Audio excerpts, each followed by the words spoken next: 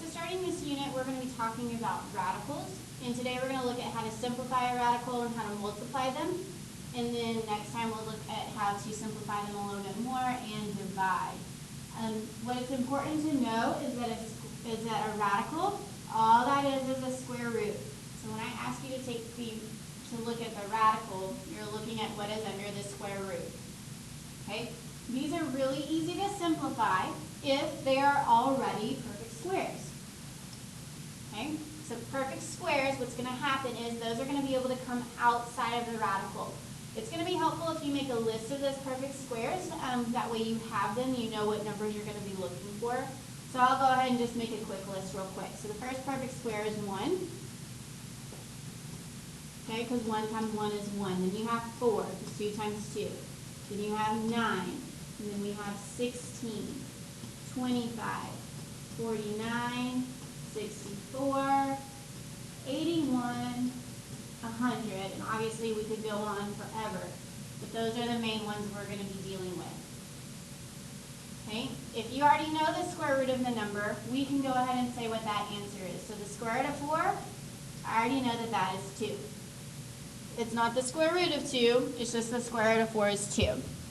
Now look at the square root of 121. Okay, well the square root of 121 is 11. Square root of 25 is 5. Square root of 64 is 8. So obviously you would not leave your answer on a paper as the square root of 64 because that's not all the way simplified. So you have to make sure you get as simplified as possible so your answer would be 8. Okay, there's a few ways to tell if an answer is simplified. And if it's not, that means we're going to have to simplify it more. Okay, so a radical expression is in its simplest form if there are no perfect square factors other than 1 that are in the radicand. Okay, the radicand is everything under your radical. So if there are any factors of that number that are perfect squares besides 1, then it still is going to need to be simplified. Okay, an example of that, if I gave you the number 8, okay, are there any perfect squares of 8? Yeah, 4 goes into it. So that is something that would not be simplified, that we would have to then simplify. Okay. The next rule is you cannot have fractions in the radicand. So there can be fractions, just not under the radical. So we'll look at how to remove those more next time. And then you cannot have radicals in the denominator. Okay, there can be radicals in your answer, but if they are in the denominator, you have to get rid of them, and we'll look at that more next time. So what we're going to do is we're going to look at these 9, and we're going to decide which are already simplified, and which ones would we have to do more work to. Okay, we're not going to simplify them, we're just going to see if they are or are not simplified. Okay, so first I'm going to check 5 square root of 7.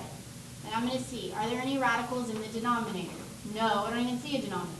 Are there fractions in the radicand? Nope. Now I'm going to look at the 7. Are there any factors of 7 besides 1 that are perfect squares? No, because the only factors of 7 are 7 and 1. So that is already simplified. Now I look at 5 square root of 8, and I go through these rules again. Is there a radical in the denominator? No. Are there fractions in the radicand? No. Are there any factors of 8 that are perfect squares? Yeah. 4 is a perfect square. So this is not simplified. All right, square root of 23. Okay, are there fractions under the radical? No. Are there radicals in the denominator? Nope. Are there any perfect squares of 23 besides 1? No. So that is already simplified. 5 square root of 28. There is I'm going to go through all the rules here, but 4 does go into 78, and that is a perfect square. So that is not simplified.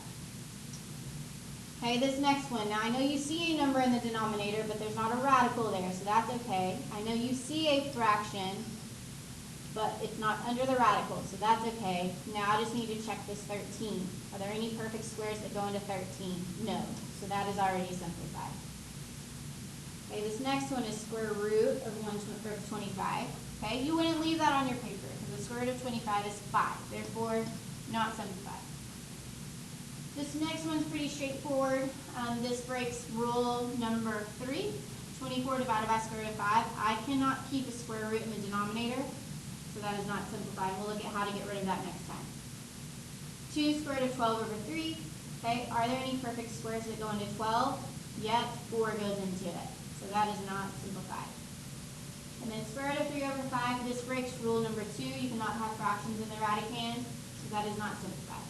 The only ones that simplified are those 3. These 6 others, we will be learning how to simplify them. All right, so now I'm going to actually talk to you about how to simplify these. So the first step is we're going to find the largest perfect square factor of the radicand. It's important that you get the largest perfect square.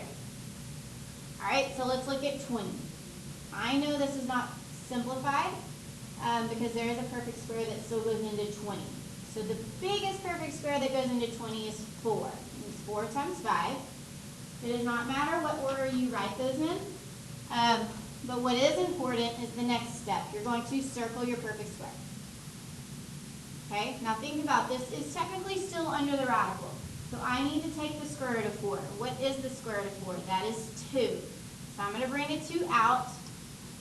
I don't know the square root of 5, so that is going to stay underneath.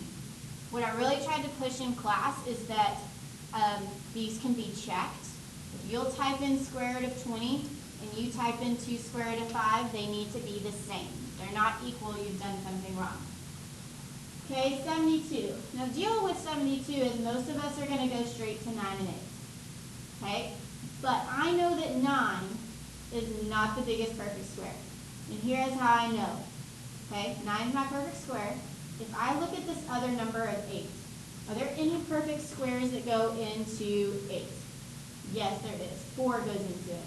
Okay, then therefore 9 is not my biggest. You can actually go to your y equals in your calculator, and if you type in whatever your number you're trying to get and divide it by x, pull up your table, and it's going to show you all the factors, and you can look in both columns and you can find the biggest perfect square. So in 72 it's actually 36. I'm going to circle my perfect square. The square root of 36 is 6. I kind of like to mark that out so I can see what I have left. So I'm going to bring a 6 out, and that leaves me with square root of 2. Okay, square root of 147. I'm going to go ahead and do that one. I can break that into 49 and 3. Circle my 49. The square root of 49 is 7. So I'm going to bring that out, and that leaves me with square root of 3. If I wanted to take the time to check this, I could. Okay, these for some reason got deleted, so I'm going to write them up here. I marked out the variables on the notes because we decided not to do variables anymore. So we're just dealing with the numbers. All right, so 192. So the biggest perfect square that goes into 192 is 64. Okay, and I know that really quickly because I just typed it in my y equals. I did 192 divided by x, and I saw 64 in the y column. Okay, so what's different about this one is I already have a number on the outside. If I bring another number out, I'm going to multiply those. So I'm going to bring an 8 out from my 64, but I already have a negative 4 out there. So that gives me negative 32 square root of 3. These you can also check, but I'm not going to. Okay, number 2, I have 5 square root of 80. So I need to figure out what perfect square goes into 80. And the biggest one is 16. Okay, just always make sure that number under the radical cannot be simplified anymore. Because if you accidentally used 4 and 20, there would still be perfect squares in 20. I'm going to bring a 4 out from the 16, but I already have a 5 out there. I'm going to multiply those, and I get 20 square root of 5. Okay, this next one, negative 6 square root of 150. I'm going to break that 150 down into 25 and 6. Okay, I'm going to bring a 5 out from the 25, but I already have a negative 6 out there. So that's negative 30 square root of 6. Okay, number 4, I've got 2 square root of 8. I'm going to break that 8 down to 4 and 2. Circle my perfect square. I'm going to bring a 2 out from that 4, but I already have a 2 out there. So that's now 2 times 2 is 4, and I'm left with square root of 2. Number 5, I have 3 square root of 16. And this is a particular instance where you definitely want to check these because this one actually gives you a really nice answer. Because the square root of 16 is 4. And 4 times 3 is 12. You can break this apart like the other ones, okay, because perfect squares that go into 16 are 4 and 4. But in this case, I would circle them both because they're both perfect squares. So I'd bring a 2 out from those.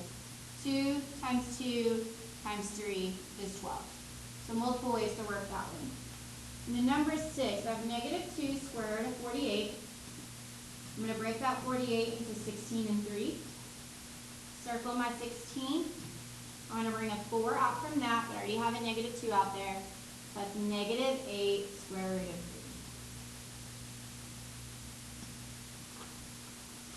3. Okay, the next thing we're going to look at, all we've done really is simplify them. Now we're going to look at multiplying.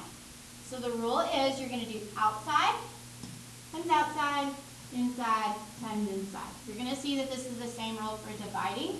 We're going to divide outside, divided by outside, inside, divided by inside, but for today we're just dealing with multiplying.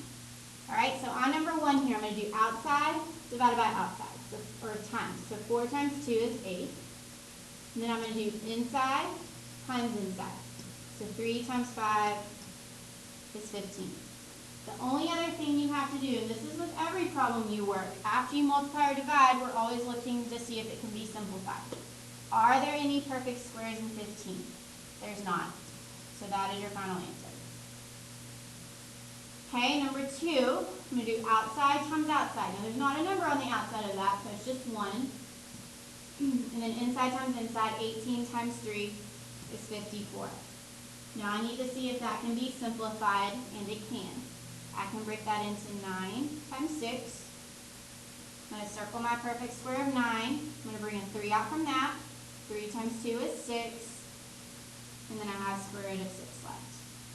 Even these you can check, okay? Even though it looks crazy from the start, you can still check them. Okay, now it's just a few practice problems I'll do with you. So 2 times 3 is 6. 6 times 7 is 42. You can check to see if there's any perfect squares in 42. Go to your y equals, type in 42 divided by x, pull up your table. But what you're going to find is there aren't any perfect squares. It seems like there should be because it's a bigger number, but there's not. So that's your answer. Number 2, there's multiple ways to work this one. What I would like you to do is to be able to tell that the square root of 9 is 3, and the square root of 9 is 3, and 3 times 3 is 9. But if you use the rule you just learned, outside times outside, inside times inside, you get square root of 81. But what is the square root of 81? It's 9. Okay, and number 3, outside times outside, 2 times 5 is 10. 4 times 6 is 24. Now I need to simplify this. So that 24 can be broken down into 4 and 6. Circle your perfect square. I'm going to bring a 2 out from that, and I have a 10 out there. So that's 20 square root of 6. Okay, and the last one we're going to work. So this is multiplying binomials. Remember what a binomial is? That's 2 terms. So this is 2 terms times 2 terms, which means we are going to have to FOIL this. That's okay, I know it looks hard, it's actually really not. Alright, so FOIL, I'm going to do the first. So that's square root of 6 times square root of 6.